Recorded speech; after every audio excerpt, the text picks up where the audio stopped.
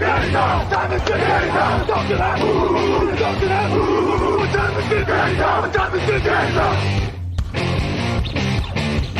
gun, Hulk left slot, Dixie left, T left, Mercedes, wide chip, Ricky, Fever left, 75, Katie, Omaha, quick going.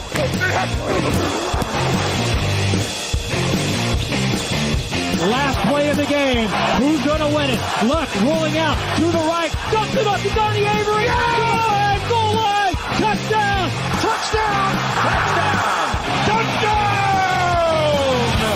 Salut tout le monde, bienvenue dans le podcast Touchdown Actu numéro 375, Raoul Villeroy. Très heureux de vous retrouver pour une nouvelle semaine de NFL. Et aujourd'hui, je suis avec Alain Mattei. Salut Alain. Bonjour Raoul. Alain qui aujourd'hui a la double casquette chroniqueur et ingénieur son, donc bravo. J'ai l'impression de marcher sur une corde raide, tu peux pas savoir. Oh ça va, tu vas y arriver, c'est pas comme si tu connaissais pas.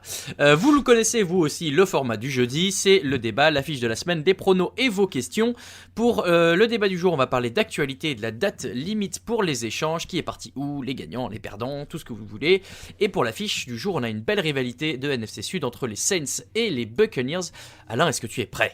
Oui, je suis prêt, mais j'ai la pression parce que je viens de penser, t'as dit à la fois chroniqueur et ingénieur du son, ça veut dire qu'on me compare à la fois à Raphaël et Greg d'un côté et à Camille de l'autre, quoi. Bah ouais, mais il y a que toi qui sais faire ça sur Touchdown Actu les deux en même temps.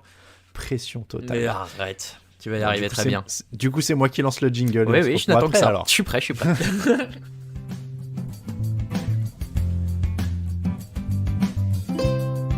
Salut, c'est Laurent du Journée Tardif en direct de Miami et vous écoutez Touchdown Actu.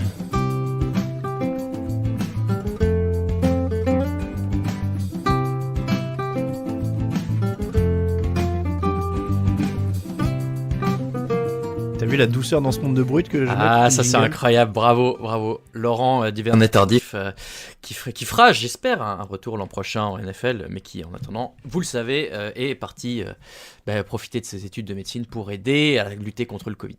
La trade deadline, Alain, la date limite des échanges, ça se terminait mardi à 22h heure française. Elle est terminée depuis, les élections présidentielles ne le sont pas. On va pouvoir faire donc un point sur le premier sujet plutôt. Alors d'abord c'est moi où on a vu beaucoup d'échanges défensifs surtout. Est-ce que c'est parce que les défenses ont été un peu mises à mal depuis le début de saison, on essaie de s'ajuster là-dessus ? Alors, c'est vrai que je l'avais pas vu sous cet angle-là. J'avais pas remarqué, mais en effet, c'est beaucoup plus défensif parce qu'il y a Yannick Ngakoue, Carlos Dunlap, Desmond King, Quan Alexander qui sont plus ou moins les principaux échanges. Avery Williamson aussi chez les Steelers. Avery Williamson, c'est vrai. Moi, je t'avoue que je l'avais vu sous un angle un peu différent qui était c'est à peu près tout le temps un faible qui renforce un fort.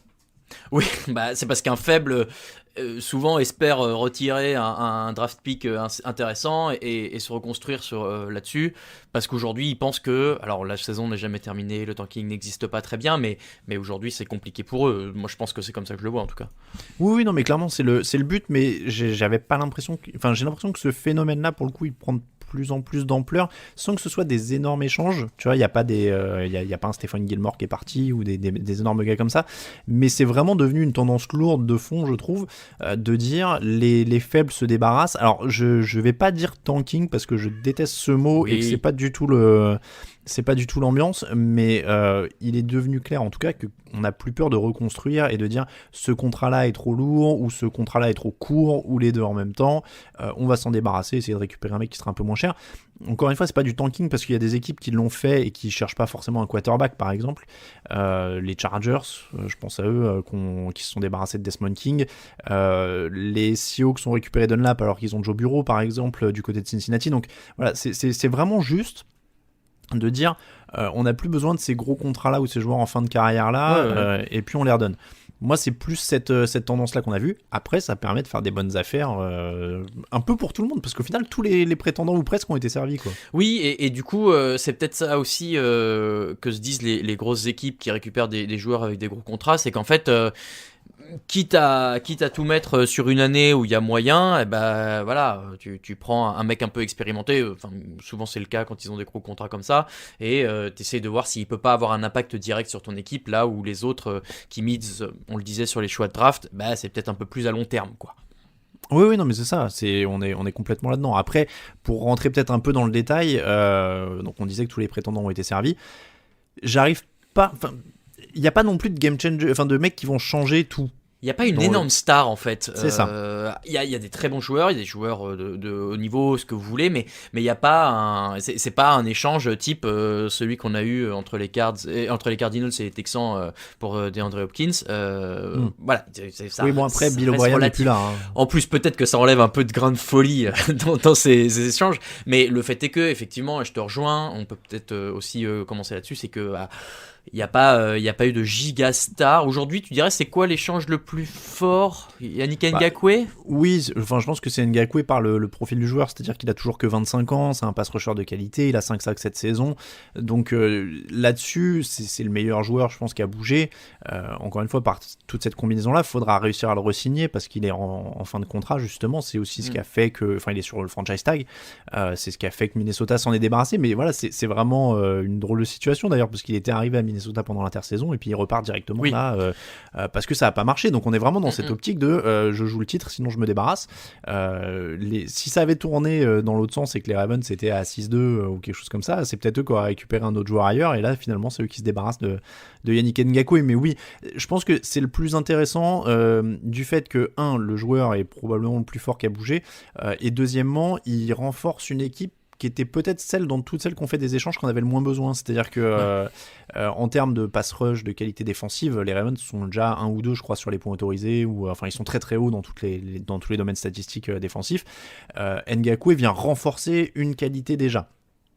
Du côté, par exemple, des Seahawks, je me permets d'enchaîner, mais si par exemple tu regardes Carlos Dunlap qui arrive, c'est plus un pari. Il a 31 ans, ça fait 6 ans de plus, il a qu'une seule saison à 10 sacs dans sa carrière, donc il a en plus un cran en dessous, et ils sont tellement, eux, en difficulté en défense que c'est un pari et il faut que ça marche, que ça s'intègre dans un tout. C'est-à-dire il y aura aussi le retour de Jamal Adams, il y aura aussi d'autres trucs qui doivent faire que ça finisse par marcher. Mais c'est plus des petits paris comme ça, que ce soit Dunlap, King ou d'autres. Est-ce que c'est vraiment un énorme risque pour les Seahawks? Même pas forcément, je trouve, parce que quand bien même l'impact n'est pas énorme, enfin, même si l'impact n'est pas énorme de Carlos Dunlap, à mon avis, ça coûte rien, ça coûte 4 millions, je crois, quelque chose comme ça. Je regardais son salaire, ça doit être à peu près ça. L'an prochain, il est censé avoir 10 millions. Bon, ok, ça coûte 10 millions, mais ta défense est tellement à la rue que tu peux presque te les permettre, quoi. Ah oui, non, et puis il a déjà réduit son salaire, ils lui ont filé un bonus à la signature, on l'a mis dans le petit-déj de ce matin. Donc en plus, tu fais venir des mecs comme ça, comme un Dunlap qui a jamais joué le titre quasiment, il est content, il va jouer le titre, il baisse un peu son salaire ou il prend un bonus à la signature.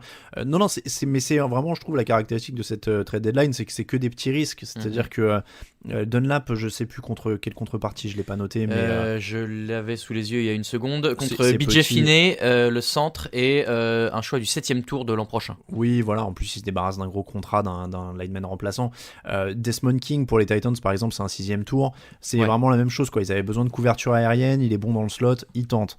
Les Saints, pareil, Quan Alexander contre Kiko Alonso et un 5ème tour. Bon c'est un bon pari, quoi. Alonso c'est quand même un joueur assez limité. Là t'as un mec qui est meilleur mais qui est irrégulier depuis qu'il a signé un gros contrat et qui a eu des blessures. Mais sur le papier, tu peux avoir un bon duo avec Demario Davis. Donc c'est vraiment des bons paris. Même chose encore une fois avec Williamson, Avery Williamson qui arrive aux Steelers. Ils ont la blessure de Devin Bush. Et ils récupèrent un serial plaqueur, un mec polyvalent qui peut le remplacer.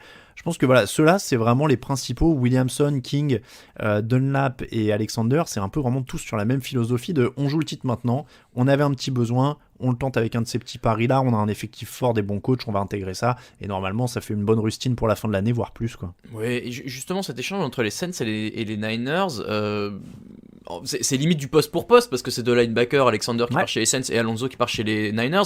Ça a l'air étonnant vu de l'extérieur, mais il peut y avoir plus que du sportif.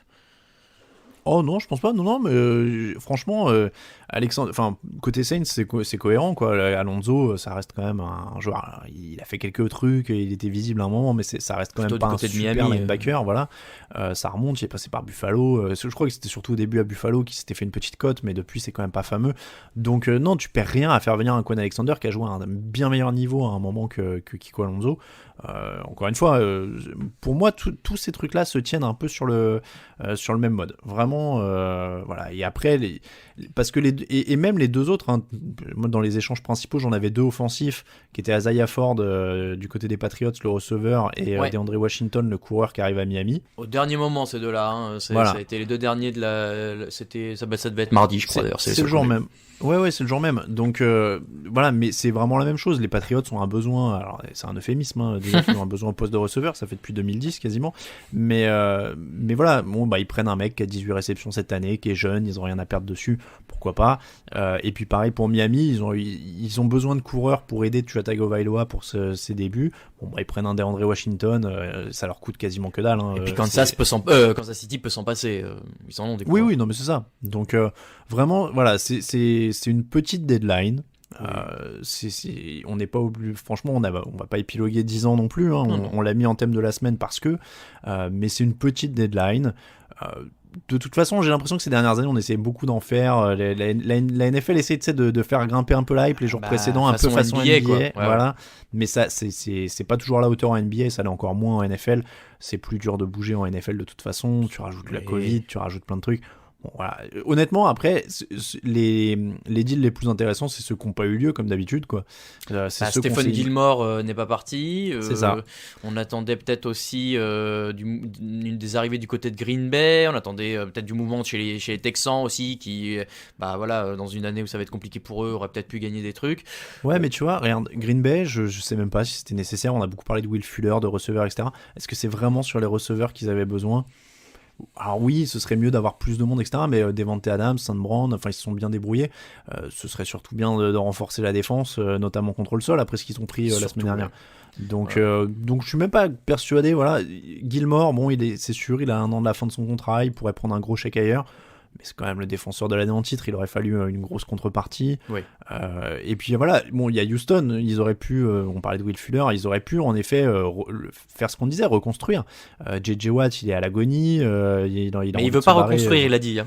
Oui, ben voilà, mais du coup, il faudrait qu'il aille ailleurs, mais visiblement, ils n'ont pas l'air de vouloir. Et le problème de ces équipes-là, parfois, c'est qu'elles deviennent un peu gourmandes aussi, parce que la rumeur, c'est qu'ils voulaient un choix du second tour pour Will Fuller. Très bien, mais quand tu vois ce qui sort à la draft au 2e tour ces dernières années, est-ce que tu as vraiment besoin d'un Will Fuller qui est blessé tous les 4 matins, quoi. Donc, pas sûr. Donc voilà, c'est beaucoup de rumeurs, voilà. Mais Houston aurait pu reconstruire Stephen Gilmore. Dwayne Haskins, Ron Rivera lui maintient sa confiance. Il a expliqué dans une interview que oui, il l'a mis sur le banc, mais il pense pas que son avenir soit terminé à Washington et qu'il a un bon bras, etc. Bon, est-ce que justement il essaie de lui remonter un peu la confiance parce qu'ils n'ont pas échangé, ça c'est autre chose. Ou alors il attend que le climat économique soit plus sain et qu'il puisse en tirer un meilleur parti. Peut-être, ouais. Mais bon, voilà. Au final, c'est souvent beaucoup de buzz pour pas grand-chose. Là, on a eu des échanges pas flashy mais intelligent. Moi, je retiendrai ça. Voilà, j'allais conclure comme ça, pas grand chose mais intelligent. Il y en a un qu'on n'a pas mentionné, mais je vais juste le dire comme ça, c'est fait. Everson Griffin qui est parti du côté de Détroit. Voilà, pareil, Dallas n'a pas grand chose de toute façon à jouer cette année, donc bon, pourquoi pas. C'est vrai, mais est-ce que Détroit a grand chose à jouer? En tout cas, Détroit, pareil, perd pas grand chose à faire venir un défenseur. C'est vrai. Eh bien voilà pour le petit point sur la date limite des échanges en NFL, et nous on passe à la fiche de la semaine. J'ai bugué sur semaine parce que je voulais dire 8 ou 9, je savais plus, mais c'est la 9 évidemment. 9. L'affiche, c'est les Buccaneers à 6 victoires et 2 défaites chez les Saints à 5 victoires et 2 défaites. Une opposition qui depuis quelques années tourne quand même plutôt en faveur des Saints, sauf que voilà, pour la première fois en 4 matchs je crois, parce que les 4 derniers matchs c'est les victoires des Saints, l'équipe des Bucks n'a plus rien à voir. Tom Brady est arrivé, plus besoin de vous le redire, il y a une énorme défense, il y a une grosse attaque. Est-ce que ça peut déjà perturber un peu les Saints de se dire que l'adversaire qu'ils ont l'habitude de martyriser cette année risque de leur faire du mal? Alors ils les ont déjà battus cette année. C'était le premier match de la saison pour les Saints. Pourquoi la NFL me donne des mauvaises stats? Ah bah attends, 2 interceptions de Brady dont un pick six dans le premier match. C'était la toute première semaine. Breeze avait fait un tout petit match. Ça a changé quand même depuis déjà de toute façon. C'est-à-dire que les Saints de toute façon avaient bien commencé contre Tampa. Mais depuis Tampa c'est quand même affûté, c'est quand même plus fort. Moi je suis impatient honnêtement. S'il y a un match-up qui m'intéresse d'emblée, c'est la défense des Saints contre l'attaque des Buccaneers. Ah ouais? Parce que j'aurais limite dit l'inverse moi. Parce que ça me semble être celui qui présente le plus d'inconnus. On a les possibles retours de Michael Thomas et d'Emmanuel Sanders. Il serait temps. Voilà, Michael Thomas s'est entraîné mercredi, il est éloigné des terrains à cause de sa cheville depuis un moment. Emmanuel Sanders, c'était le Covid la semaine dernière.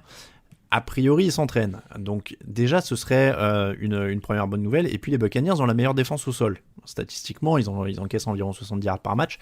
Donc si tu as Thomas et Sanders pour enfin aider Alvin Kamara, je trouve que tu as quand même quelque chose d'intéressant. Et encore une fois, cette attaque des Saints, malgré les absences en cascade en attaque, où il manquait quand même ses 3 premiers receveurs à Drew Brees la semaine dernière, ils sont sur 4 victoires de suite, donc ils se débrouillent bien malgré tout ça. Oui, et ils mettent quasiment 30 points de moyenne par match. Donc, c'est ça, ils sont toujours top 15, je crois, sur les yards gagnés. Enfin, ils sont toujours bien. Malgré, pourtant, on dit Drew Brees il est moins fort, on dit il manque des cibles, etc. Pourtant, cette attaque, elle se maintient dans le top 15, et là, il récupère 2 de ses premières cibles. Donc, moi, j'aurais tendance, à être plutôt impatient de voir comment ça va s'organiser. Pour le coup, Drew Brees, je regardais, par rapport à ses années précédentes, à mi-saison, il est en dessous de ses moyennes, quand même, en termes de yards lancés, en termes de touchdowns. Donc bon, évidemment on est qu'à mi-saison, hein, mais je trouve qu'on voit et qu'on ressent et qu'on lit une baisse statistique, ce qui est normal, peut-être parce qu'il lui manquait ses cibles aussi. Maintenant, je trouve ça un peu facile d'écarter rapidement ça en disant oui, il lui manque du monde, blabla, parce que quand même, il arrive à l'âge qu'il a et il y a un moment où ça finit par payer, tout le monde n'est pas Tom Brady, donc... Ah non, mais c'est l'attaque d'Alvin Kamara aujourd'hui. Oui. C'est l'attaque d'Alvin Kamara. D'ailleurs, stat délirante, 55 réceptions. Kamara, il est 2e en NFL derrière Hopkins. Il est devant tous les autres receveurs en nombre de réceptions. C'est absurde. Donc, c'est l'attaque d'Alvin Kamara. Moi, encore une fois, oui, Drew Brees baisse en performance, mais tu l'as dit, c'est hyper normal. Mais ça reste quand même un mec qui a de l'expérience et ça pourra compter. Mais encore une fois, Drew Brees fait partie de ces inconnus que j'ai envie de voir à l'œuvre. C'est-à-dire que quand je te dis qu'il y a ces receveurs qui reviennent, c'est parce que j'ai aussi envie de voir ce que Drew Brees va en faire. J'ai envie de voir comment ils vont se débrouiller face à cette bonne défense de Tampa. Et tu vois, à l'inverse, on dit il baisse en niveau ce que tu veux, machin, mais aujourd'hui, il est très très loin d'être un quarterback que je mets dans la catégorie il te fait perdre un match. Il faut pas exagérer. Il a moins la capacité de le gagner qu'avant, peut-être, ça reste relatif, mais pour autant, il te le fera pas perdre, donc ça, on n'est pas encore complètement inquiet là-dessus. Tu vois, c'est marrant parce que moi, c'était plutôt le match-up inverse qui m'aurait fait rigoler, en l'occurrence, de voir comment cette attaque attends, du coup tu m'as perdu. De Tampa, oui, voilà. Qu'est-ce qu'elle allait faire, surtout avec éventuellement l'arrivée de notre ami Antonio Brown. C'est vrai que c'est l'événement. Mais alors, Antonio Brown, c'est plus le même, tu sais, il est gentil, il a une conférence de presse, il était heureux. Il avait une belle casquette avec le TB de Tom Brady pour sa première conférence de presse. Je crois qu'il a été adopté. Hein. Alors, c'est intéressant, clairement. Je sais pas si c'est la première histoire du match, mais clairement c'est intéressant. Ils sont 4e sur les points marqués, donc c'est déjà une bonne attaque. Ils sont sur 3 victoires de suite. Les Giants, ils ont eu du mal, mais pour moi, c'est un accro, ça arrive. Il y a des matchs plus embêtants que d'autres. C'est les fantômes de Brady, les maillots des Giants. C'est ça, et puis là, je veux dire, ils jouent les Saints, c'est un match de division. C'est important pour eux. Ils ont perdu le premier, donc c'est encore plus important dans la course à la division. Et pour moi, le théorème reste toujours un peu le même, c'est que si Brady est tranquille, il va bosser. Donc il a Evans, du coup j'ai un doute sur la disponibilité de Chris Godwin parce qu'il a été pas mal blessé, je crois pas qu'il soit encore là.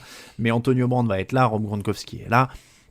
Donc pour moi, la question, c'est vraiment ça. On a 2 équipes qui sont très fortes sur la ligne offensive. Les Saints ont encaissé que 9 sacs cette année. Les Buccaneers ont encaissé que 10 sacs. Ils sont tous les deux dans le top 10. Hein. Après, la différence, c'est que le pass rush des Buccaneers met plus de pression. On parlait de cette opposition-là tout à l'heure. Drew Brees devrait avoir plus de pression sur lui. Les Saints, eux, ont un peu plus de mal à mettre la pression. Ils sont au milieu de tableau, hein, grosso modo. Mais voilà, on va dire que le pass rush des Saints a la pression de devoir mettre la pression, si je peux dire comme ça. Oui, et c'est marrant ce que j'allais te dire. Trey Hendrickson est peut-être un peu l'arbre qui cache la forêt du pass rush du côté des Saints. En l'occurrence, lui, il a 5 sacs et demi, ce qui n'est pas honteux à ce niveau-là de la saison. Mais derrière, il est un peu seul, là où, à l'inverse, les Buccaneers ont vraiment un groupe qui est capable d'aller embêter Drew Brees. C'est une belle expression, une belle formule, la pression de mettre la pression. Ça va être. C'est comme l'envie d'avoir envie. Mais Johnny est plus là pour la chanter, alors je sais pas à qui la vendre. Mais Non mais tu vois ce que je veux dire, c'est que les Saints ont une dizaine de sacs de moins que les Buccaneers sur la saison, donc ça montre vraiment un petit peu la différence de challenge pour les deux. Après sur un match on sait très bien que la ligne des Saints peut tenir et que Drew Brees se débarrasse vite du ballon et que Sean Payton pourra planifier pour ça, mais encore une fois le pass rush des Saints va devoir être là, parce que si tu laisses Tom Brady bosser avec toute cette escouade là, avec un Antonio Brown qui vient s'ajouter, alors il sera peut-être pas phénoménal pour le premier match, mais je crois que l'an dernier, sur son premier match avec les Patriots, parce qu'il en joue qu'un d'ailleurs, je crois, il capte un touchdown direct. Hein. Oui, donc, ça va être une cible cherchée dans la end zone de toute façon. Et t'as déjà des mecs comme Gronkowski, comme Mike Evans. Et d'ailleurs, les Saints sont pas hyper à l'aise en défense dans la end zone, c'est-à-dire qu'ils prennent peu de yards, mais ils prennent plus de points en proportion par rapport aux autres équipes. Donc, dans la end zone, en effet, il y a du matos quoi, pour les Buccaneers. Même Mike Evans, c'est immense. Gronkowski, on n'en parle pas. Donc, les deux oppositions sont hyper intéressantes, hein, de toute façon, que ce soit n'importe quelle équipe qui ait le ballon, il y a des choses intéressantes à voir. C'est pour ça que c'est l'affiche de la semaine. On a deux équipes hyper bien classées qui jouent. Et tu vois, les Seahawks sont en tête de la division, mais ces deux équipes-là sont quand même plus complètes sur le papier avec la défense. Hein. Les Seahawks sont en tête de la division. De la conférence, pardon. Oui, c'est ça. Autant pour un moi. bug. Attends, ils ont déménagé. Non, c'est bon. Il y a tellement de niveaux dans le millefeuille en NFL qu'à la fin. Et attends, on dit Mike Evans, Antonio Brown, Rob Gronkowski. N'oubliez pas la capacité de Tom Brady sur les 1 yard à mettre un petit QB sneak. Ça, c'est sa spéciale. Il aime bien. Donc effectivement, moi je vais spoiler du coup tout de suite mon prono. Je vais prendre les Buccaneers et pour un truc que t'as dit là juste sur la fin et qui moi me fait pencher la balance dans ce sens-là, c'est que les Saints encaissent beaucoup de points malgré le fait qu'ils en marquent, mais ils en encaissent 28 là où les Buccaneers c'est 20 en moyenne par match. Même si ça part dans les tours et que ça va sur une trentaine, au final je crois que la défense des Bucks est capable de mettre un plus gros frein à l'attaque des Saints, donc je vais les choisir. Eh ben écoute, Buccaneers pour moi aussi, pour ce que tu viens de dire, les points, pour le fait qu'il y ait quand même moins d'inconnus du côté des Buccaneers en termes de blessures, en termes de pass rush. De ballons volés aussi, hein. 14 ballons volés cette année quand même par les Bucks. Aussi, donc voilà, c'est plus pour le fait qu'il y ait moins d'inconnus aussi, encore une fois, parce que là les Saints ont des retours de blessures, ont des choses comme ça, et encore une fois ce pass rush, donc je vais dire les Buccaneers. Après, encore une fois, c'est de la division et les Saints ont gagné le premier, donc il n'y a aucun des résultats qui m'étonneraient. Mais je trouve que les dynamiques sont peut-être un peu plus favorables enfin, la dynamique est plus favorable du côté des Buccaneers, puisque tu l'as dit, depuis les 2 matchs de début de saison compliqués, ça déroule. Donc bon. On est tous les deux d'accord pour prendre les Buccaneers et on va passer tout de suite à tous les pronos. It's time, baby. Make it special tonight. Make tonight special. It's our night, and it's our division. It's our time to go win it. We're going to start fast and finish strong. Yes, sir. Here we go. Work on 3. 1, 2, 3. Work.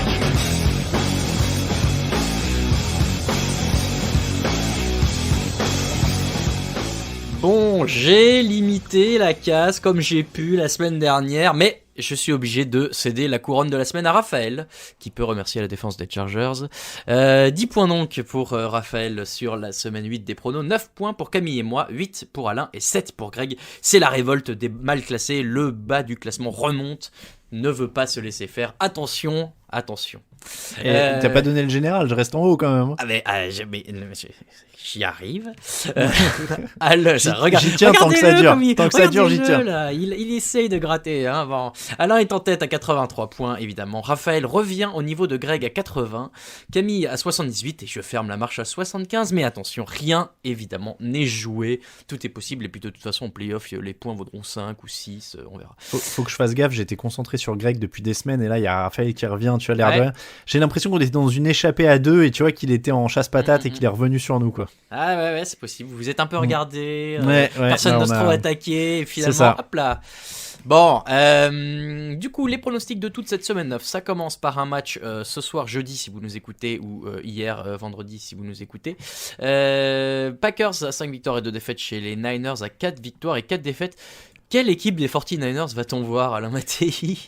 Oui, alors là, tu poses la question de manière littérale, parce que des fois, on le dit en un truc un peu poétique. Est-ce que c'est les bons ou les mauvais Niners qui vont jouer parce que ils vont être forts ou pas ? Là, c'est vraiment qui va jouer. Ouais, c'est vraiment ça. Parce que là, entre les blessures et la Covid, au moment où on se parle, c'est un peu la galère. Ils ont 2 receveurs dans l'effectif actif au moment où on parle. Alors, ils vont en monter du practice squad pour le match parce qu'ils peuvent pas faire autrement. Mais ils en ont 4 de mémoire. Ils ont 3 ou 4 receveurs sur la liste Covid. Plus un qui a à la fois la double peine blessure et Covid, donc plus Trent Williams sur la liste Covid. Bon, je suis obligé de pronostiquer les Packers, tu vois, à partir de là. Franchement, dans des conditions normales, j'aurais dit qu'ils allaient attaquer les Packers au sol comme tout le monde le fait. Et ça aurait pu marcher en plus. Ça Voilà. n'aurait pas été idiot. Mais bon, après, ceci étant dit, Aaron Rodgers et ses Packers marchant un peu à l'affect, je pense qu'ils ont envie de se venger de la finale de conférence de l'an dernier. Oui. Donc, ça, plus les blessures, je vais pronostiquer sur les Packers. Je vais aller sur les Packers aussi. Vous verrez demain si on avait raison ou pas. Dimanche à 19h, Giants, une victoire, 7 défaites chez la Washington Football Team à 2 victoires et 5 défaites. Vous connaissez les règles. Alerte NFCS, ce n'est pas un exercice. Asseyez-vous tranquillement. Appelez vos proches, rassurez-les. Tout va bien se passer. De toute façon, on ne pourra pas savoir ce qui se passe dans ce match. J'avoue que j'ai fait... Alors, j'ai fait presque pile ou face. Je me suis dit que la défense des Giants est peut-être meilleure. Franchement, il y a quelques matchs comme ça qui sont très très durs à pronostiquer cette semaine parce que ouais. tu sais, c'est un peu des courses entre mecs en déambulateur, quoi. Ouais. Je sais pas lequel. Tu sais, dans OSS 117, quand ils font la course en déambulateur, c'est ça, quoi. Avec c'est la perfusion là et qui s'accroche à leur machin. Ouais, c'est angoissant à regarder ce truc. Pareil, les Giants parce que la défense est meilleure. Ouais. Mais bon. voilà. Voilà. Je veux dire, t'es pas à l'abri que Daniel Jones perde 3 ballons, que Kyle Allen lui réponde en lui rendant 3 fois de suite le ballon. Ouais. Moi, je pense qu'à un moment, d'ailleurs, on devrait les mettre tous les deux sur le terrain et qu'ils se passent la balle l'un à l'autre directement. Tu vois. Oui, attaque contre attaque, ça ira plus vite. Ouais, ça peut être rigolo. Donc, Bears, oui, Giants pour moi aussi. Bears 5 victoires, 3 défaites chez les Titans à 5 victoires et 2 défaites. Alors sur le papier, on dirait oui, les Titans bien sûr, mais les Bears sont un peu accrocheurs en ce moment. Les Titans ont l'air d'avoir quelques trous d'air. Alors peut-être, bon, je vais quand même parler des Titans, mais oui, les Titans sont sortis de défaite parce qu'ils ont quand même perdu contre les Bengals la semaine dernière. Les Bears, de toute façon, sont en galère en attaque. Maintenant, c'est quand même plus ou moins acquis. Ceci étant dit, la défense des Titans a quand même du mal, notamment dans les airs. C'est pour ça qu'ils ont recruté Desmond King.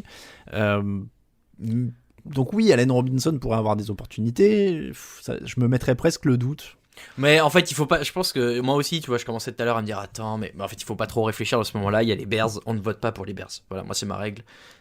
Après, ils sont quand même à 5 ou 6 victoires déjà cette année. Donc... 5-3, oui, mais c'est sur des malentendus à chaque fois, ça m'énerve. Rétablissez la vérité. Bon, je vais prendre, encore une fois, il faut se méfier de cette défense de Chicago, mais sur l'ensemble, les Titans sont quand même, ont quand même plus d'armes offensives pour leur mettre quelques points. Ça va peut-être pas se jouer à grand-chose d'ailleurs, hein, mais ils ont de quoi. Ils gagnent pas, enfin, ils perdent pas largement et ils gagnent pas largement les Bears de toute façon.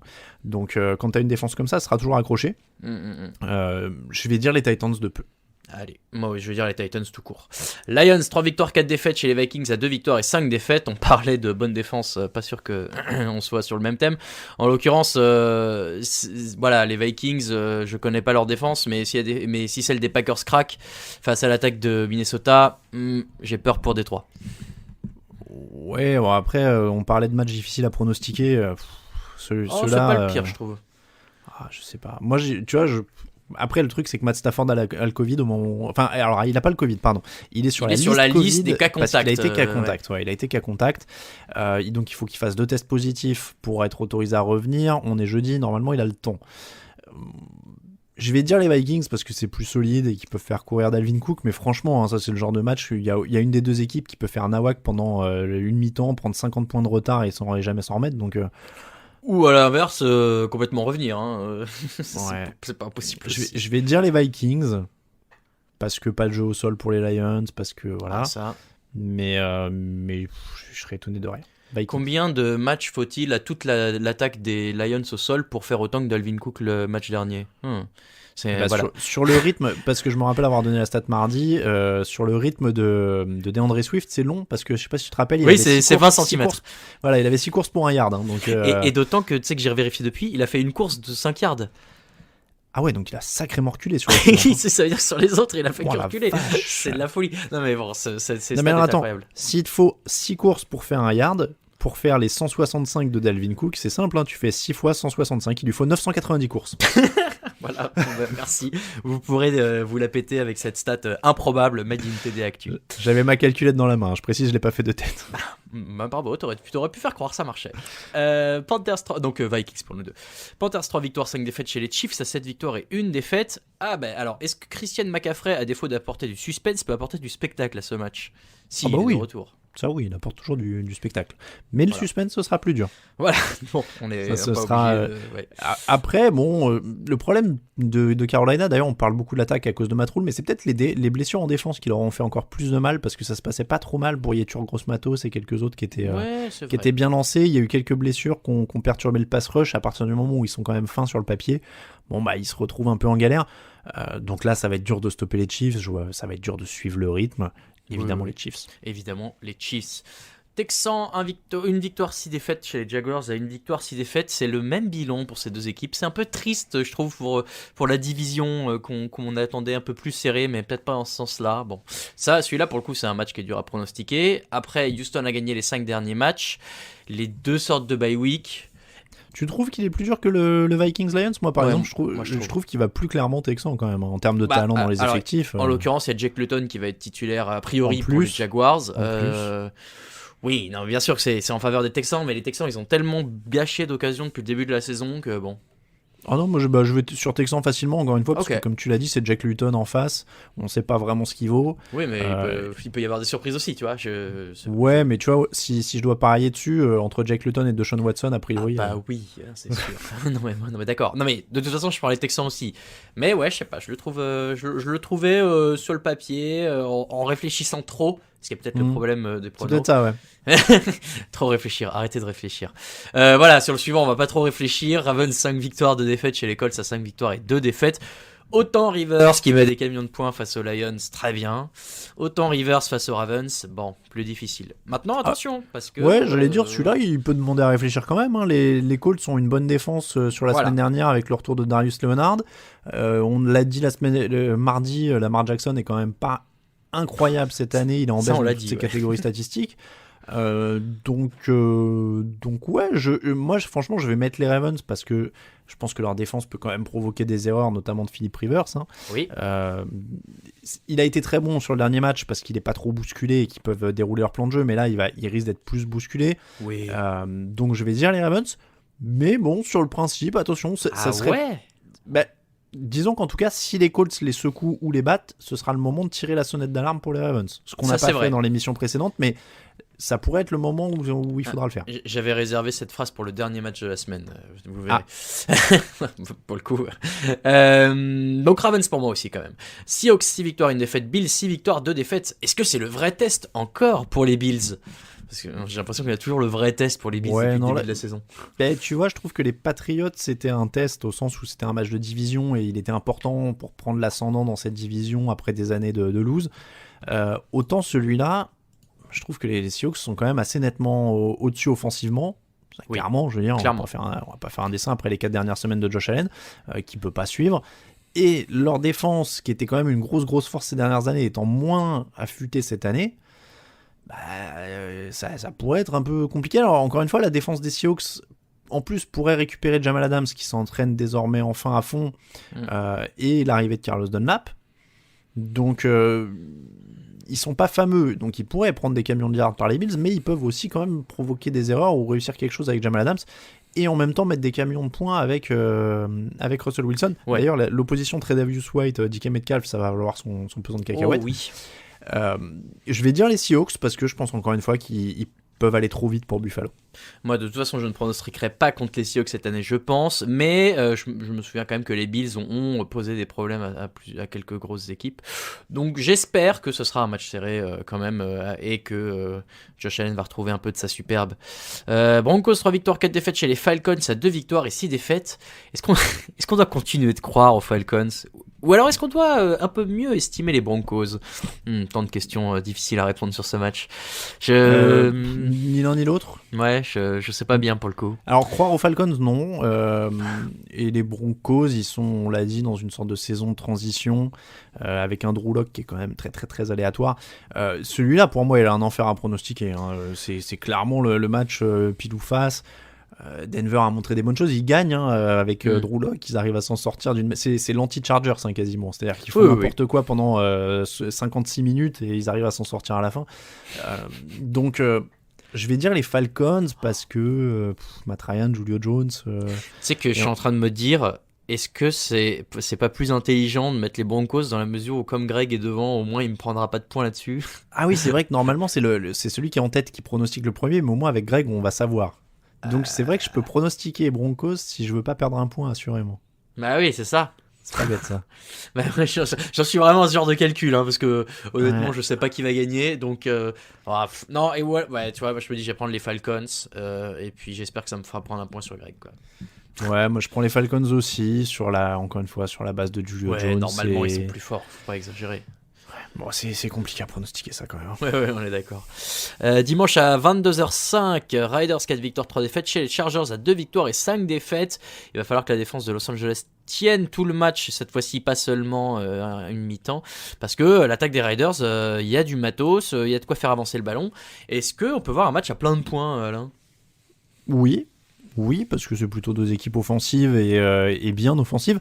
J'allais dire un choc californien, mais c'est plus le cas, puisque les Raiders sont à Las Vegas. Un choc du sud-ouest, quoi. C'est ça. C'est vrai qu'ils sont pas mal déménagés tous les deux, parce que les Chargers sont plus à San Diego non Il y a plus. quelques années, c'était San Diego, Oakland. Cette année, Ouais. c'est Los Angeles, Las Vegas. Tout va vite dans le football. Mais en tout cas, c'est un match qui me plaît à regarder. Je suis en train de regarder les autres affiches de 22h. Tu vois, t'as Cardinals, Dolphins, Cowboys, Steelers. À choisir, je regarde c'est le le plus Chargers, sympa, ouais. Raiders, parce Ouais, que de t'as fou. Justin Herbert. T'as, on l'a dit, cette attaque des Raiders qui a une identité, qui a un Josh Jacobs, moi que j'adore voir jouer. Ils ont aussi Henry Ruggs. Il y a quand même des mecs qui se débrouillent bien. Il est pas facile à pronostiquer celui-là. Je vais dire les Raiders parce que je les ai annoncés en playoff au début de l'année, qu'ils ont un meilleur coach dans ce match. Il faut tenir la hype.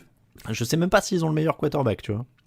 Ah, c'est une bonne question, effectivement. Bah, ils ont le plus expérimenté, ça fait pas de doute, mais est-ce Ouais. que c'est le meilleur aujourd'hui sur le papier ? Je suis content que tu poses la question. Je vais prendre les Chargers, parce que j'ai dit que cette année, je prenais les Chargers à chaque match. Mais C'est pour ça que t'as 5 points de retard sur nous. exactement. Bah oui, 5 défaites.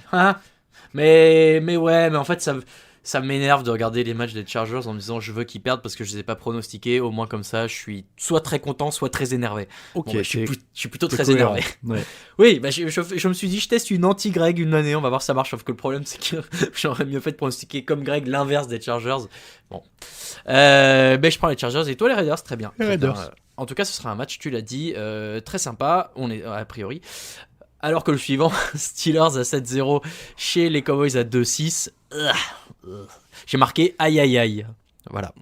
Bah ouais, sur le papier là, il fait mal. Ils en sont à choisir entre Cooper Rush et un autre quarterback dont le nom m'échappe du côté de Dallas. Ils ont pas fait venir. Ah non, Puisque c'est les Texans donc, qui ont fait venir. donc Josh Ben Boyce. DiNucci est mis sur le banc et ça se joue entre Cooper Rush et j'ai un trou, je ne sais plus comment il s'appelle le deuxième de Dallas, mince. Attends, je peux aller regarder si tu veux. Tu ne l'as pas. Alors, tu ne l'as pas. Non. C'est Cooper Rush et Garrett Gilbert. Voilà, c'est Garrett Gilbert qui m'échappait. Ça Qui est me pas- dit quelque chose. Ils ont déjà qui- joué en NFL ces qui mecs-là est pas... Oui, non, Gilbert est passé par les Browns, si je dis pas de bêtises.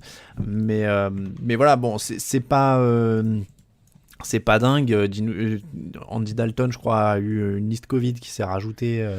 En Aïe, plus. aïe, aïe. Garrett Gilbert, tu vois, il a un beau parcours parce que du coup, je voulais vérifier. Il est bien passé par les Browns en 2019-2000, mais il est pas tout jeune. Hein, il a 29 piges. Il est passé par les Rams dès 2014. Ensuite, il est passé par les Patriots, les Lions, les Oakland Raiders, les Carolina Panthers, les Orlando Apollos. Et ensuite, il C'est de est. la XFL ça. Je ne Je sais reconnais. plus. C'est la XFL, les Orlando Je Apollos. sais pas. Il faudra demander à Victor Non, Rouillet qui est notre l'American Alliance of Football, l'Alliance La- of American Football, la l'AF. double AF. La WF. Bref, Gilbert, Cooper Rush, c'est pas folichon. Et pour affronter la défense des Steelers, inutile de te dire que c'est quand même très, très, très compliqué. Mais heureusement, à l'inverse, ah non, pas du tout. Les Steelers vont rouler sur la défense des Cowboys. Bon, celui-là, c'est exploit puissance 1000. Hein, Ah bah ouais. je pense que c'est un des exploits de l'année. Hein, Ah bah là, Jerry Jones finit torse nu sur le terrain. Y a pas de Ouais, problème. là, McCarthy reste Non, mais- pour 10 ans. D'autant que leur ligne a souffert quand même cette saison. La ligne offensive est plus tout à fait ce qu'elle était du côté de Dallas. Il y a des absents, il y a des blessés, voilà. Face à ce pass rush des Steelers, qui est quand même hallucinant. Bon là, a priori, il n'y a pas match quoi. Y a Donc pas match. Steelers. Mike McCarthy n'a jamais gagné en 3 matchs face aux Steelers quand il était du côté de Green Bay. Donc voilà, une petite stat à savoir. Attends, t'en oublies un parce qu'il a gagné un Super Bowl contre eux. Alors, oui. En saison régulière, tu veux dire? J'allais dire oui, en saison régulière, bien sûr, puisque les statistiques au football américain, vous le savez, Oui, c'est la saison régulière. uniquement en saison régulière. Le reste n'existe pas, ce qui est complètement absurde. Alors, Oui, non, mais c'est vrai qu'il faut le préciser pour certains de nos auditeurs qui découvrent peut-être. C'est vrai que souvent on dit il a tant de touchdowns en carrière, etc.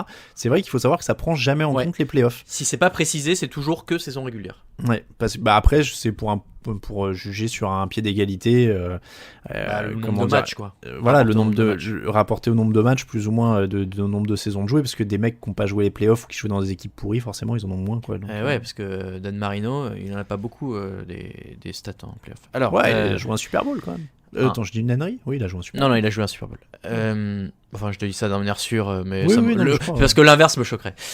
Bon, du coup, on a passé beaucoup de temps sur cette affiche qui avait l'air accessible. c'est pas grave. Voilà, mais ça, On a c'est fait- bien. Comme Faites de ça. la pédagogie. Mais oui, mais comme ça, les fans des Steelers et des Cowboys ne nous en voudront pas. On les embrasse. Dolphins, 4 victoires, 3 défaites. Chez les Cardinals, à 5 victoires, 2 défaites. D'ailleurs, c'est 2 matchs, Steelers, Cowboys et Dolphins, Cardinals, c'est 22h25. Donc, Dolphins chez les Cardinals. Est-ce que c'est un peu tôt pour Tagovailoa d'affronter cette équipe des Cardinals? Bon, il faut bien, hein, il a joué les Rams. Oui, les Cardinals, c'est peut-être un peu plus fort en ce moment.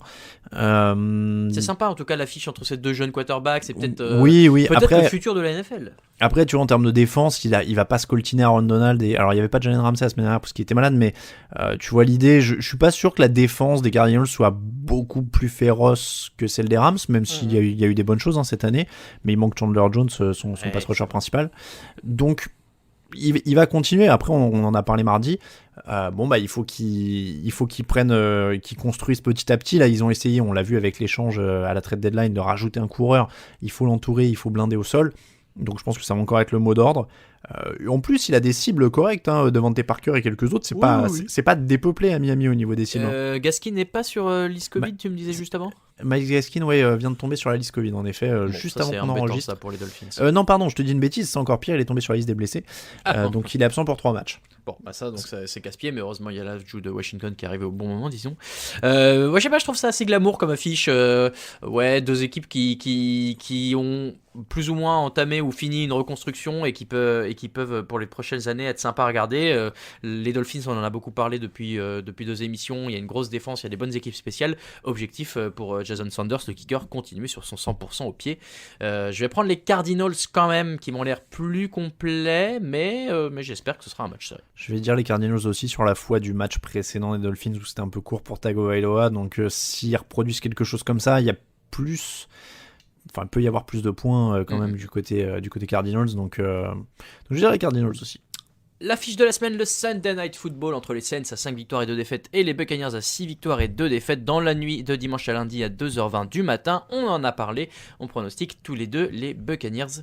Si vous n'aviez pas entendu, retournez au début de l'émission. Et enfin, la non-affiche de la semaine entre les Patriots à 2 victoires et 5 défaites et les Jets à 0 victoire et 8 défaites. Ça, c'est le Monday Night Football dans la nuit de lundi à mardi à 2h15 du matin. Tu vois, tout à l'heure, tu disais, je sais même plus sur quel match, si là ils perdent, il y a sonnette d'alarme. Si les Patriots perdent...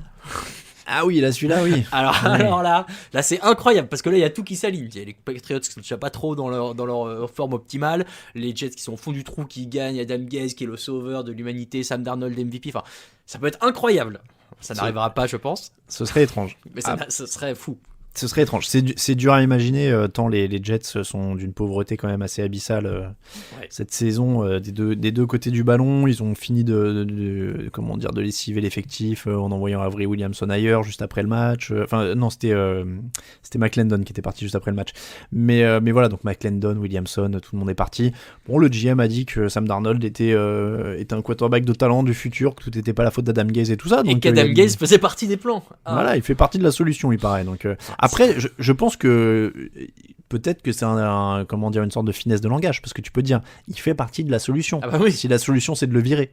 Oui, il fait partie du fait d'être viré, c'est vrai. Voilà, la solution c'est de virer Adam Gaze, donc il en fait partie de la solution.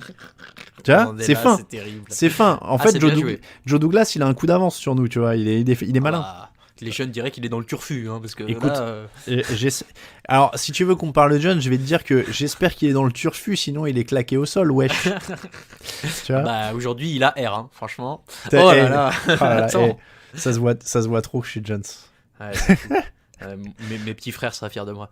Ça doit être ça, j'ai pas de petits frères. Moi, je les ou vois de pas petite beaucoup, sœur et j'ai pas confinement d'enfants, oblige, donc c'est mais ça. bon. J'apprends pas à parler de Jones, tu vois, je me sens largué quand j'entends des claqués au sol et tout ça. Moi. Heureusement, je les entends pas trop. On va quand même prendre Non les mais en vrai, Patriots, je lis faut cette pas expression déconner, partout sur Twitter, je te jure. Ah ouais. Mais- C'est un frère aussi, tu le lis partout. Non, mais tu vois, genre, si je dis ça, j'ai l'impression d'avoir 80 ans, je me sens pas à l'aise. Allez. Non, on en est loin, rassure-toi. Bon, donc les Patriots, hein, on va pas. Les Patriots. Voilà. Là, voilà, pareil, on apprend à meubler quand il y a des affiches qui sont pas aussi incroyables que ce qu'elles pourraient y paraître. Au repos cette semaine, les Bengals, les Browns, les Rams et les Eagles. On les embrasse. Profitez-en bien et on passe tout de suite à toutes vos questions.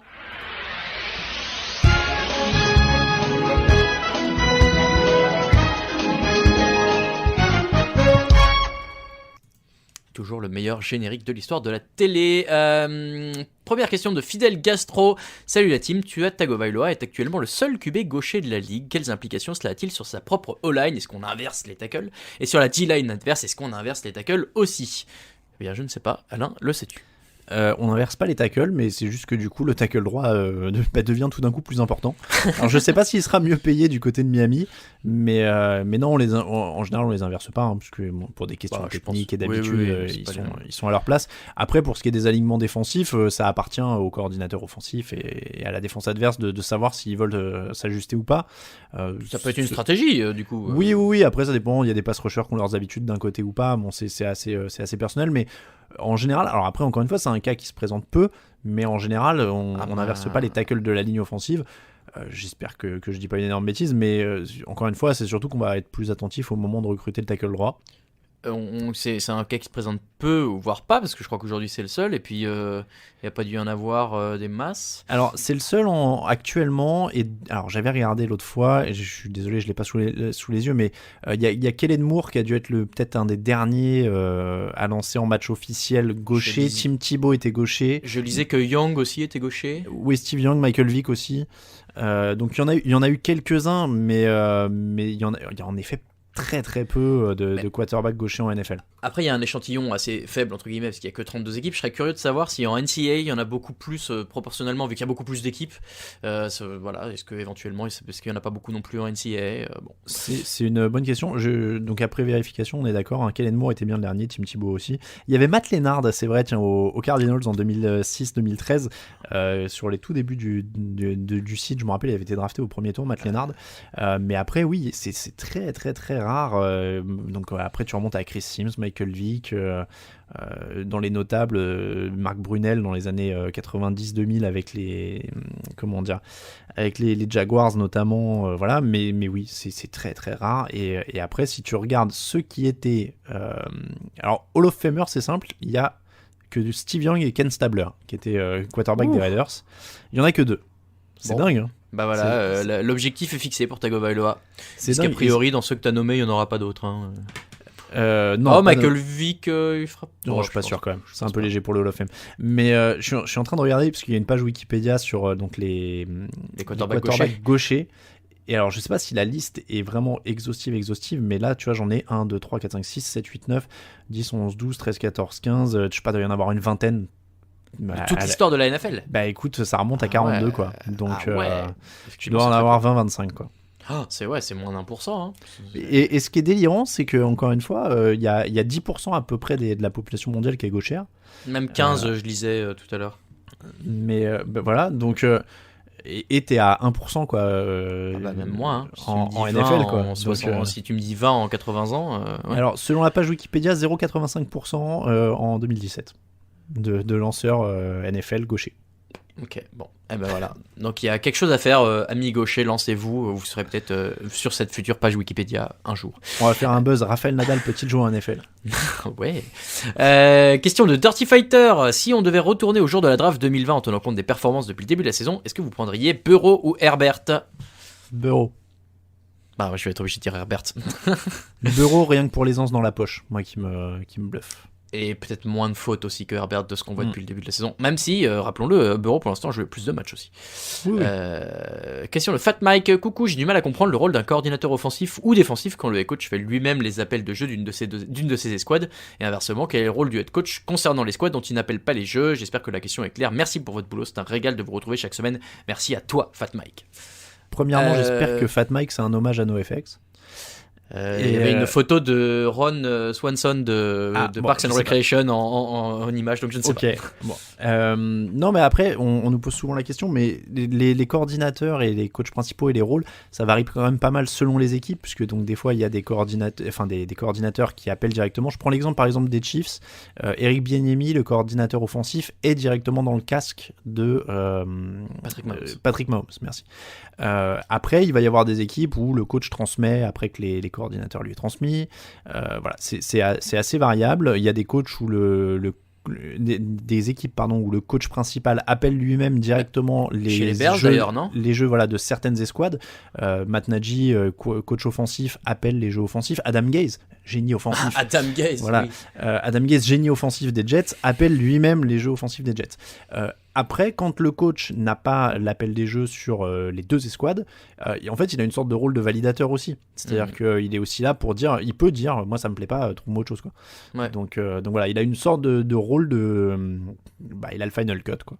Mais même quand il appelle les jeux offensifs et qu'il est coordinateur offensif, il y a toujours un assistant coach offensif, quoi. Enfin, oui, non, mais il y a toujours beaucoup de monde dans le cercle, et après, oui, ils peuvent être plusieurs à s'entendre. Ils peuvent communiquer entre eux après. C'est-à-dire que avant celui qui va transmettre l'ordre au quarterback, par exemple, ils vont communiquer entre eux. Donc voilà, il y a une communication toujours ouverte. Question de Jeff The One. Avec leur défense correcte et une attaque qui prend l'expérience à chaque match, Denver peut-elle être la team poil à gratter qui peut empêcher certaines teams d'aller en playoff, d'autant que leur calendrier peut leur correspondre, puisqu'ils nous le rappellent, les Saints, les Dolphins et 2 fois les Raiders. Et c'est une bonne question, effectivement. On disait tout à l'heure, il faut pas trop les surestimer, mais il faut pas non plus faire n'importe quoi contre eux. Oui, après, poil à gratter, moi je t'avoue que j'aurais un peu de... J'aurais du mal à les désigner comme poil à gratter, parce que ça reste quand même une équipe assez faiblarde. Juge de paix peut-être. Et surtout, mais tu vois, il y a des équipes qui vont être plus embêtantes pour moi à jouer que, tu vois, je pense que les Chargers ont un peu plus d'armes, par exemple, pour embêter certaines équipes dans la course au playoff. Alors ils n'ont pas le coach, mais ils ont des armes. Voilà, tu vois, dans ceux qui vont pas se qualifier, je pense que ça m'embête plus de jouer les Vikings, par exemple, qui sur un match peuvent faire complètement rien, mais qui sur un autre peuvent être super. Voilà, il y a des équipes comme ça qui m'embêteraient un peu plus à jouer. Après, les Broncos, comme toutes les équipes NFL, de toute façon, il n'y a jamais de match facile. Ils ont quand même ils gagnent des matchs avec Drew Lock, donc oui, ils seront jamais faciles à prendre. Et après, sur les exemples cités, par contre, oui, ils peuvent embêter les Dolphins et les Raiders dans la course au playoff. Qui doivent jouer 2 fois les Raiders. C'est ça. En plus, donc, eux, ils peuvent les embêter, clairement. Les Saints, ça va être plus dur. Stéphane. Alors, j'aime bien la question de Stéphane. Bonjour la team TDA. Petite question règlement, désolé, il en faut aussi. Lors du field goal, la conversion suite à un touchdown, le ballon est censé passer entre les poteaux pour rapporter 1 point. Jusque-là, on est d'accord. Mais peut-il être lancé à la main entre les poteaux plutôt que frappé au pied ? Il pose la question parce que le pourcentage de réussite est en baisse et que le ballon est à 25 yards, ce qui n'est donc pas si loin. Est-ce que ce serait possible ? J'ai jamais vérifié, mais je pense que non. Je pense que non, et en revanche, il pose aussi la question, est-ce qu'on peut faire un drop comme au rugby, c'est-à-dire en cours de jeu frapper le ballon pour le faire passer entre les poteaux et marquer 3 points pour le field goal, comme un field goal. En l'occurrence, on l'a déjà vu une fois, je crois, les Patriots, il me semble, avaient fait un truc comme ça. Mais au début des années Tom Brady, j'avais revu une vidéo il y a quelques années où, de mémoire, et c'est peut-être même Tom Brady qui avait tapé, ils avaient fait un drop, donc techniquement c'était autorisé. Mais... Tu parles de quoi, de faire un drop, c'est-à-dire au milieu de l'action, tu prends le ballon, tu frappes et tu le mets entre les poteaux ? En ayant rebondi au sol avant, oui. Et ils n'avaient pas vraiment fait comme ça, en fait. C'est qu'ils étaient arrivés... je suis pas sûr, là. Mais non, mais on va pas le faire maintenant parce qu'on enregistre. Mais je suis sûr qu'il y a une histoire que les Patriots avaient tapé un truc qui s'apparente à un drop à un moment. Alors, je vais te dire, parce que je suis devant la page Wikipédia, le seul drop réussi en NFL depuis 1941, c'était par Doug Flutie avec les Patriots contre les Dolphins en janvier 2006 pour un extra point après un touchdown. Et donc, en fait, c'était un extra point, mais alors quelle différence avec un extra point ? Et ben en fait, c'est juste qu'au lieu de frapper... en fait, je pense que tu peux le faire quand c'est dans une configuration field goal, c'est-à-dire équipe spéciale. Le mec reçoit le ballon, sauf qu'au lieu d'avoir un mec qui lui tient, il le reçoit directement, il le frappe comme un drop. mais il le laisse quand même rebondir par terre d'abord. D'où l'intérêt, parce que ça doit être ça la règle, c'est qu'elle doit toucher, ça doit être comme au drop au rugby, il faut que la Oui, balle c'est ça, rebondisse ouais. sur le sol et que tu la tapes au rebond. Mais C'est du coup, ça. t'as un mec qui te la tient et que ça touche le sol, donc ça compte. C'est ça. Ok, d'accord, ok. Bon, bah alors effectivement, pas le droit de le faire en cours de jeu, mais uniquement en unité spéciale. Merci Stéphane pour ces questions qui nous rappellent un peu les règlements de ce sport, parfois compliqué, mais en fait très facile. Et alors, pour te dire, tu peux faire un drop pour le kick-off aussi, hein, par contre. Ah oui. C'est pour, Oui, c'est pour bah, ça plutôt que de le que poser au sol, ouais, c'est pas bête. c'est pour ça que je précise, mais oui, donc tu peux le faire, mais pas comme au rugby, pas pendant une Non. action, tu vois, c'est pas genre Sur une passe ou il y a eu non, une bah ça passe sera un et, fumble en fait. Ce sera un fumble si jamais oui, tu fais oui, ça. oui, non, mais voilà, tu peux, c'est ça clairement. C'est vraiment juste si tu veux remplacer le fait d'avoir un holder, quoi. Voilà, tu t'économises un salaire et une place dans l'effectif. C'est très bien. ça. Pas bête. Il y a eu Jérémy, il y a eu beaucoup de tentatives sur onside kick, hein, d'ailleurs. c'est possible. Ah Le oui, drop. oui, parce que sur un sidekick, tu le maîtrises peut-être un peu mieux. Ouais. Jérém TDA qui nous demande, peut-on introniser officiellement Jared Goff comme le Alex Smith du pauvre? On ne trouvera pas mieux. Je Oui, crois qu'on l'a dit mardi, on est Oui. d'accord, on va mettre ça officiellement en place. Le- Jared Goff et le Alex Smith du pauvre. À l'inverse, Grégoire qui nous demande, peut-on dire que Daniel Jones est le Jameis Winston du pauvre? c'est pas. Ouais. Je suis un peu moins d'accord pour le coup. Ouais, moi, à la limite, c'est le Jameis Winston du pauvre, au sens où les fumbles, c'est quand même moins drôle que les interceptions. Ouais, c'est ça. Donc, je préfère Jameis Winston pour ça. Ouais, et puis en plus, Jameis Winston a quand même un meilleur rapport offensif que Daniel Jones aujourd'hui, pour les deux équipes. Enfin, on va Ouais, dire. J'ai toujours du mal avec la notion d'apport offensif quand le mec perd un ballon sur deux, mais ouais. Non, mais voilà, c'est pour les deux équipes. Il est très généreux. C'est San Jameis Ok. le généreux. Ouais, Elwen Fablette qui nous demande à quand un livre Touchdown Actu sur la NFL comme Trash Talk sur le basket. Alain, je te laisse répondre, c'est toi le boss. Probablement pas. Non, mais tu vois, Probablement autant, jamais. voilà, autant je suis très admiratif de ce que fait Trash Talk sur les bouquins et je les salue parce qu'ils sont très sympas. Mais nous, je pense que pour nous, c'est compliqué. Rien que sur le fait que, évidemment, je sais que tous les gens qui lisent le site nous le proposent et nous disent qu'ils achèteraient, etc. Mais je pense qu'on n'a peut-être pas la masse critique pour le rentabiliser On autant a que beaucoup moins qu'un bouquin d'audience sur que la le NBA. basket. Voilà. On est d'accord Je pense que que faut Trash Talk. Faut rester réaliste là-dessus. Et puis derrière, il y a quand même des coûts. Il y a quand même des coûts et un temps de travail qui sont autres. Et pour être tout à fait franc, même encore une fois totalement transparent, c'est une question comment dire, de préférence perso. Si j'ai plus de temps à mettre dans un truc, je crois que je préférerais faire plus de podcasts. Oui. C'est plus mon domaine. Donc voilà. On n'est pas des écrivains, on est plutôt des blablateurs.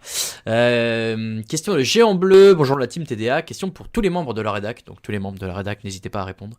Quelle est pour vous votre équipe de la décennie depuis que TDA existe? C'est vrai qu'il y a 2 semaines, Géant Bleu nous avait demandé l'équipe, je me souviens avec Raphaël, qu'on avait l'équipe qui avait le plus progressé, à l'inverse, l'équipe qui avait le plus perdu. Et du coup, quelle serait l'équipe de la décennie en termes de régularité, de préférence, que ce soit personnelle ou autre. Donc voilà, Alain, quelle est pour toi l'équipe de la décennie? Je suis en train de réfléchir. Le site existe depuis 2007. Ouais. C'était la saison parfaite des Patriots. On a C'est fait quand même- fait 2010-2020 quoi. Ouais, du coup, 2009-2019 comme ça. on a Après, dit. franchement, quelle que soit la période que tu prends sur le site, que tu commences à 2007 ou 2010, c'est quand même dur de dire autre chose que les Patriots, quoi. Bah, j'allais te suivre là-dessus. Je pense que les Patriots c'est incontournable. Enfin, voilà, c'est quand même l'équipe, c'est l'équipe qui a été le plus présente au plus haut niveau. Et après, moi, je vais te dire, hein, dans le côté vie du site, je veux dire, on a aucune équipe qui fait plus vivre le site que les Patriots. Hein. Probable. Et pourtant, on n'a pas le plus de membres de la rédaction qui sont fans des Patriots. Non, mais ce que je veux dire, c'est que il y a le plus de supporters des Patriots en France qui nous suivent.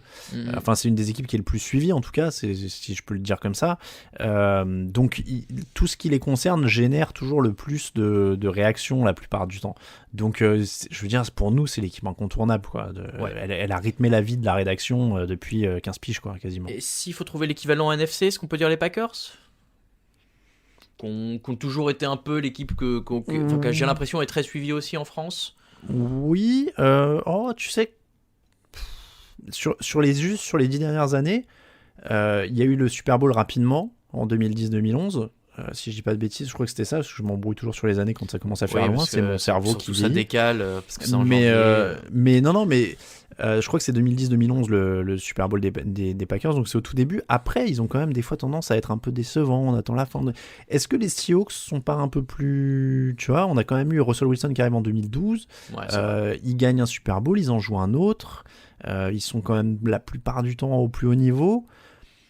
Moi, c'est une des premières, tu vois, qui me vient quand je pense NFC et site ces dernières années. Mais est-ce qu'il y a une plus grosse fanbase en France de Seahawks que de Packers? Mais je suis pas sûr pour le coup. Non, ça peut-être pas. Pas. Après, les Saints aussi. Hein. Ouais, c'est vrai. Alors, eux, pour le coup, gagnent en 2008-9, mais derrière, c'est une des équipes les plus présentes. Il y a eu le Bounty Gate en plus. On s'est amusé. Tu vois, j'avais même pas pensé à ça pour les Patriots, mais rien que pour les trucs Deflategate, machin gate, tout ça gate, là. Ça. Putain, on en a mangé aussi. Hein. Oui, mais en fait, il suffit de voir par rapport aux catégories qu'on a créées. Quand on écrit un article, on doit Oui, cocher mais à c'est quelle ça. catégorie ça correspond. Bah, il y a eu le Bounty Gate, typiquement. Non, mais c'est pour ça que je dis on en a mangé, c'est pas péjoratif, mais il y a des trucs, il y a des catégories sur le site où quand on en parle entre nous ou qu'on fait un article dessus, on se dit oh là là, on en a mangé de ce truc, quoi. C'est-à-dire que genre, oh, encore un article sur le Bounty Gate, oh, encore un truc sur le Deflategate, et à la fin on n'en peut plus parce qu'il y a un milliard de termes légaux à expliquer, de machin et d'audience C'est et clair. trucs. À la fin, ça, on n'en pouvait plus. Je suis content, on n'a pas eu vraiment une grosse affaire comme ça, relou. Depuis un petit moment. Enfin, il y a eu Antonio Brown l'an dernier, mais c'était rigolo, Ouais. quoi. En dehors de la pandémie, tu veux dire?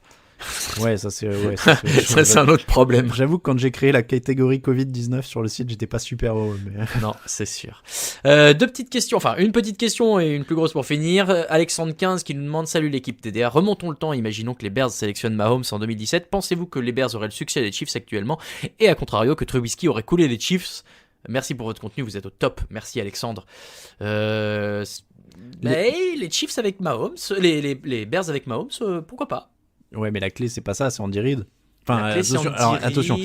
Attention, je dis la clé, mais c'est la clé. C'est-à-dire que, évidemment, Mahomes, c'est la grande porte en or massif et l'appartement gigantesque derrière. Hein. Mais la clé qui développe tout ça aussi, ça reste Andy Reid et ça reste aussi une année sur le banc. Et là, je pourrais te dire que Matt Nagy, c'est quand même un descendant d'Andy Reid en termes d'arbre de coaching. Donc, bon, Ouais, enfin, pourquoi pas. est-ce qu'on parle de tous les descendants de Belichick sur les arbres de coaching À part Brian Flores, n'en parlons pas. Non, tu vois, je pense que c'est pas du tout les mêmes conditions. Donc, je pense pas. que les Bears auraient peut-être été un peu meilleurs, mais ça aurait été compliqué pour Patrick Mahomes. Je pense que les Chiefs auraient été beaucoup moins bons, mais que Trubisky aurait fait une meilleure carrière, évidemment, puisqu'il serait retrouvé avec Andy Reid. Ah, pour le coup, je te rejoins, mais je serais peut-être un peu moins fort que toi. Il y a pas beaucoup de quarterbacks qui ont été mauvais sous Andy Reid. Il y en a pas beaucoup. Non, mais oui, dans le fond, je suis d'accord avec toi. On parle d'un mec qui a récupéré un choix du deuxième tour pour Kevin Kolb après l'avoir fait bien jouer. Hein, donc, Ah oui. Ah ouais. Eh oui. Et enfin, dernière question de la cage aux Foles, Nick Foles bien sûr. Et alors là, accroche-toi parce que un visiteur du futur vient te voir en tout début d'année et te donne 5 informations. Une seule est fausse. Tu dois me donner laquelle est fausse. Attention. Les Patriots sont à 2-5, les Bills et les Dolphins sont en vue des playoffs. Enfin, laquelle tu crois fausse, puisqu'en l'occurrence... 2. Une pandémie mondiale a coupé les frontières et tout le monde est confiné chez soi. 3. Antonio Brown a retrouvé du travail et va peut-être être hébergé par Tom Brady dans sa nouvelle ville de Tampa Bay. Donc là, tu ne sais pas non plus que Tom Brady est à Tampa Bay. Les Jets ont autant de victoires que les médailles de l'équipe de France au JO de Tokyo 2020, puisqu'il n'y a pas eu de JO de Tokyo. Et alors ça, c'est ma préférée, c'est pour ça que j'ai choisi cette question, qui est un peu longue, je le sais, mais j'étais obligé. Raoul est premier dans les pronostics avec un pourcentage impressionnant de 95%, entaché malheureusement par sa proportion à choisir les Chargers. La rumeur dit même qu'ESPN l'appelle la nuit pour avoir ses pronos. Alors, les Patriots à 2-5, la pandémie mondiale, Antonio Brown et Tom Brady chez les Buccaneers, les Jets à 0 victoire et pas de JO, ou Raoul, le maître des pronos, à laquelle tu ne crois pas. Alors, les Jets à 0, je peux y croire. Parce que n'importe quelle équipe NFL peut avoir des problèmes, des blessures, un problème de coach. Ça, j'ai pas trop de mal à y croire. Les Pats à 2-5. Alors attends, ils seraient venus me voir en tout début d'année. Ouais. Donc, ouais, au mois de janvier. Au mois de janvier 2020, donc Bon. le 1er janvier 2020, on commençait un tout petit peu à entendre parler du Covid. Quand Voilà. même. Alors, ouais, alors moi j'allais prendre la première. On savait que Brady était en fin de contrat. Donc je vais te dire, il me dit les Pats sont à 2-5, je me dis Brady c'est cassé. C'est improbable, mais pourquoi pas. Donc Et je les peux la Bills et croire. les Dolphins sont en plus sont en bonne voie pour aller en playoff. Bon, ouais, les Bills parce qu'on pouvait. Ouais. Ça progressait bien. Antonio Brown a retrouvé du travail. Il va peut-être être hébergé par Tom Brady dans sa vie. Bah, du coup, pourquoi pas? Parce que tout le monde donne des nouvelles chances à tout le monde. Donc, J'aime pas comment ça se profile tout ça. non, mais alors tu vois, et ouais, putain, la pandémie mondiale. Est-ce que c'est pas un euphémisme d'ailleurs, pandémie mondiale? Ouais, mais parce que tu vois, en même temps, Pas un euphémisme, un pléonasme, excusez-moi. en même temps, on avait été plus ou moins vaguement préparé. Tu vois, moi, je me rappelle quand j'étais étudiant, il y avait l'histoire de la grippe aviaire. Après, il y avait eu la grippe A. C'était quand Roselyne Bachelot avait commandé les 3 milliards de vaccins là. Et elle avait pas commandé des masques aussi à l'époque? Ah, je sais plus, ouais, mais Si seulement on l'avait écouté. donc je me rappelle de ces trucs-là où à chaque fois on avait plus ou moins peur que le truc arrive, mais il arrivait pas. Donc je sais pas si je le croirais, tu vois, si on me le disait là, je disais non, mais c'est encore un truc, on nous l'a dit, et puis non, je sais pas. Du coup, Donc c'est tu dur. vas être obligé de choisir la 5. Non, mais c'est dur pour toi, du coup, je trouve la Ah, 5. mais non, mais moi je trouve ça rigolo. Après 95% de bons pronos, clairement, pour n'importe qui, j'aurais. Enfin, t'as le feu sacré, quoi. Hein, Ah bah c'est beaucoup de chance ou beaucoup de talent, ou alors comme dans Retour vers le futur, tu as été dans le futur. Ouais, c'est ça, t'as l'almanach des sports. T'as l'almanach des sports, quoi. Mm. Bon, Bon, moi bah, je vais être obligé de dire la 5 aussi quand même, parce que bon, Ouais, 95%, franchement, 5 ou 2, c'est proche, parce qu'après, en même temps, en janvier, tu m'aurais dit on allait être enfermé pendant 3 mois ou 4 mois sur l'année. on n'y aurait pas cru. Je sais pas si je t'aurais cru tout de suite. En tout cas, sur ces belles paroles, c'est la fin de ce podcast 375. Merci de nous avoir suivis. L'émission est évidemment disponible sur toutes les bonnes plateformes de streaming de podcasts. Pour retrouver le site, c'est tdactu.com, @tdactu sur Twitter et sur Facebook, @touchdownactu en entier sur Instagram. On est aussi sur Twitter, @AlainMattei pour Alain, si vous voulez voir ses gifs de chat et suivre ses déboires avec l'administration française. Non, alors attention, j'ai dit que le service public c'était bien justement aujourd'hui. Oui, avec les services clients de manière générale. Ouais, j'ai dit que c'était SFR qui assurait pas. Bien sûr. Et @Raoul VDG pour moi. Toute l'actu, les chroniques, les résumés, le podcast, c'est sur le site de touchdownactu.com, tdactu.com, les deux marches. Et pour nous soutenir, évidemment, c'est sur Tipeee. N'hésitez pas à rejoindre tous ceux qui y sont déjà. Merci beaucoup, Alain. Ben merci. Tiens, j'en profite. T'as dit Allez. @AlainMattei pour mon Twitter perso. N'hésitez pas à envoyer des idées de sujets pour le fauteuil. Je viens de réaliser que j'ai pas de thème cette semaine. Oui, parce que dimanche à 18h, donc vous avez rendez-vous dans le fauteuil avec Alain pour toute l'heure qui précède les premiers matchs de 19h pour faire le point sur un peu l'actu, les blessés, les joueurs, les matchs, tout ce que vous voulez, vos questions et le sujet du jour. Donc n'hésitez pas à lui envoyer aussi si vous avez des idées. @AlainMattei. On fera un comptage des voix de l'élection présidentielle, je crois, ce sera le sujet du jour. Oui, bien sûr. Et puis, non, mais au pire, à mi-saison, tu peux toujours faire des trophées. Ah, remarque, on le fera peut-être mardi. On va se le garder pour le jeudi prochain. Allez, bah voilà, on vous spoil Je vous déjà. laisse. Jeudi prochain, ce sera les trophées de mi-saison de la rédaction, non, de ceux qui sont à l'antenne. Voilà, vous avez qu'à faire des podcasts. Merci beaucoup, Alain. Merci à toutes et à tous de nous avoir écoutés. On se retrouve donc à 18h dimanche dans le fauteuil, mardi prochain pour le débrief de tous les matchs de la semaine 9. Profitez-en bien. Des bisous.